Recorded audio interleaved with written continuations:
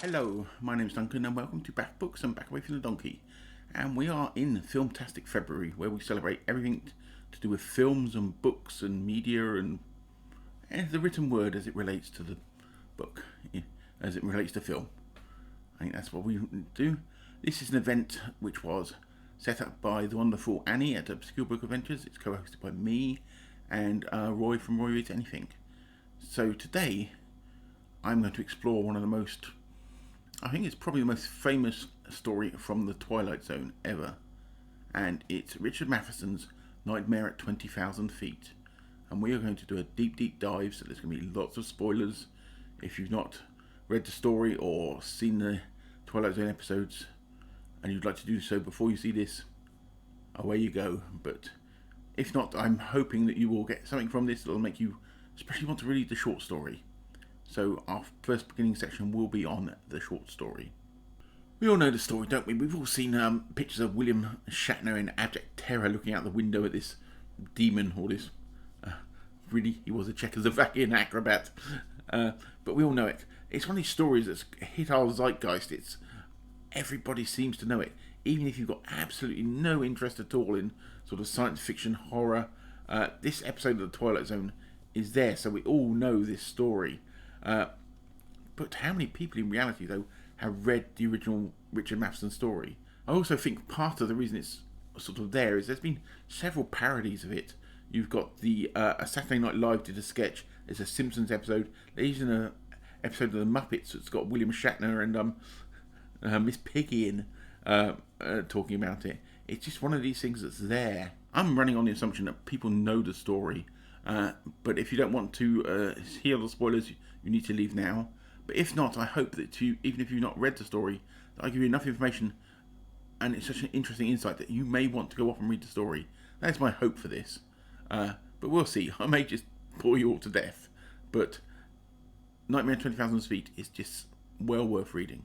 The story was originally published in the anthology Alone is the Night, and it was along the likes of C.L. Moore, Henry Kuttner, and Robert Bloch. The story does show, though, is Matheson's mastery of the short form.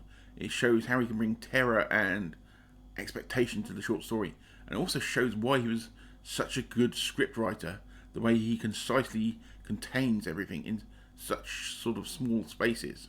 So let's go on and examine the story now. So I'm now going to take you through the story along with a bunch of quotes from the story, and I hope you'll just get the whole feel of how it all gets put together.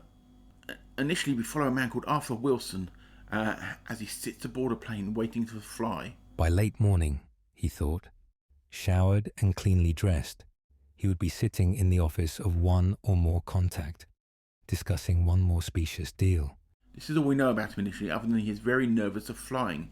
What the text does is visually describes in small little actions about that fear and his nervousness. We're not really spoon-fed the details, they're just small little points. Drawing in a deep lungful, Wilson exhaled it in bursts, then pressed the cigarette into the armrest tray with irritable, stabbing motions.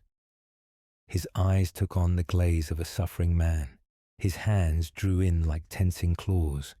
There is no need to state how nervous he is. We get those feelings through how he feels and how he looks. We also start getting the feeling of how trapped he feels and how previous thoughts and previous actions have affected how he's feeling now. Feet away was the pale blue of the inboard propeller. Wilson visualized what would happen if it were to tear loose, and like a tri-bladed cleaver come slicing in at him. But the question now is Arthur Wilson actually suicidal, or is he just so stressed out? And also, why does he have a gun? He sat staring at the oil-glossed symmetry of the pistol. He'd carried it around with him for almost a year now. Originally, when he'd thought about it, it was in terms of money carried, protection from hold-up, safety from teenage gangs in the cities he had to attend. Yet far beneath, he'd always known there was no valid reason except one, a reason he thought more of every day. How simple it would be here now. The cleverness of Matheson's writing is he just drops clues to these things. We pass the point in the text where we're worried about whether Wilson is actually suicidal or not. All we know is he's absolutely stressed out about flying, and then he returns to his seat and more stress seems to slowly pile onto him, and this all exacerbates itself. Here he was, he thought, 20,000 feet above the earth, trapped in a howling shell of death, moving through polar night toward.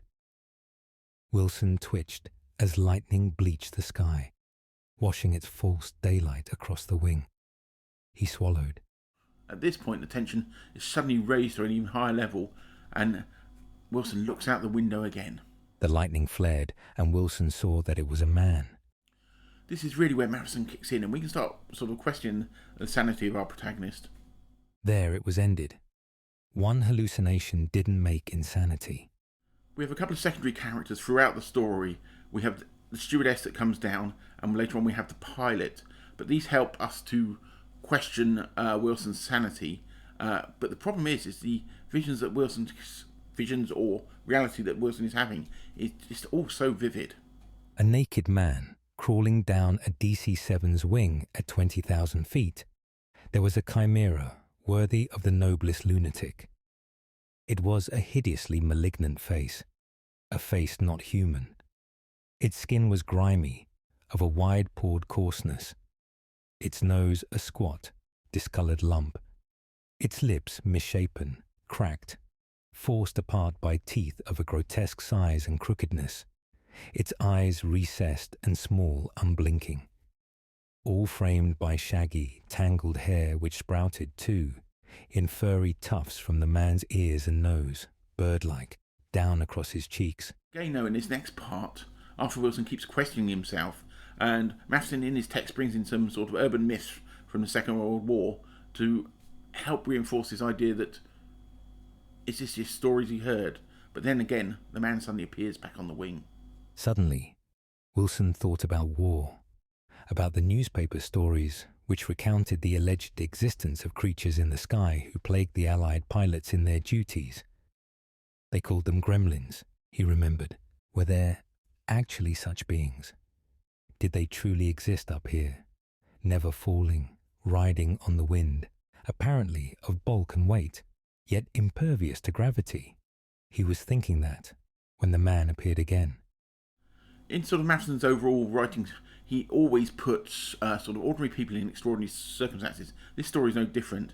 You know, at this point, Arthur believes what he's seeing is real, and that he needs to try and prove this, but he can't prove it. So he's realising it's almost like a game between him and the man on the wing, the man sort of monster on the wing. So really sort of, it's a game that who can outwit whom. He knows, thought Wilson, knows that this is a game between us. If I am able to get someone else to see him, then he loses.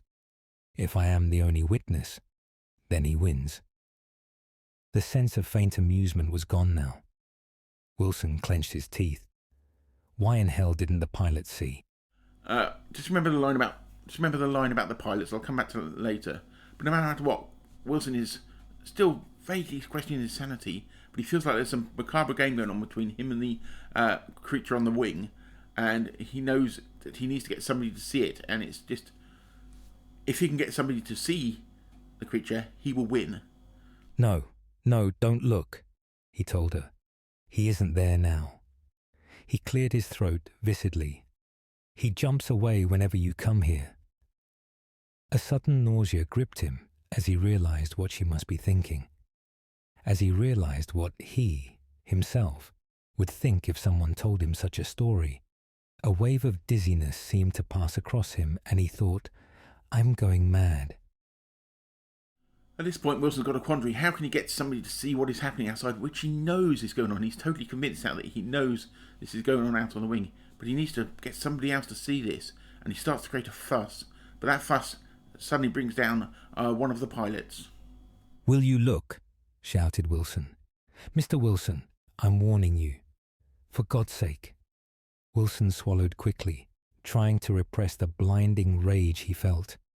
Abruptly, he pushed back against his seat and pointed at the window with a palsied hand. Will you, for God's sake, look? He asked. Drawing in an agitated breath, the pilot bent over. In a moment, his gaze shifted coldly to Wilson's. Well, he asked. Wilson jerked his head around. The plates were in their normal position. "Oh, now wait," he said before the dread could come. "I saw him pry that plate up." "Mr. Wilson, if you don't—" "I said I saw him pry it up," said Wilson. The pilot stood there looking at him. The pilot starts to humour him to keep him complacent and keep him calm, because he's on a plane, isn't he? And you don't want some passenger going off on one in a plane because it could endanger everybody. Wilson, though, suddenly picks up on this.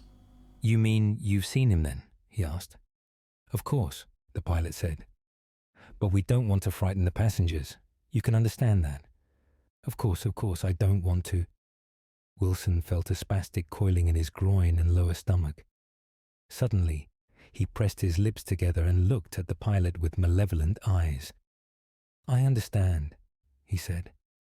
"The thing we have to remember," began the pilot.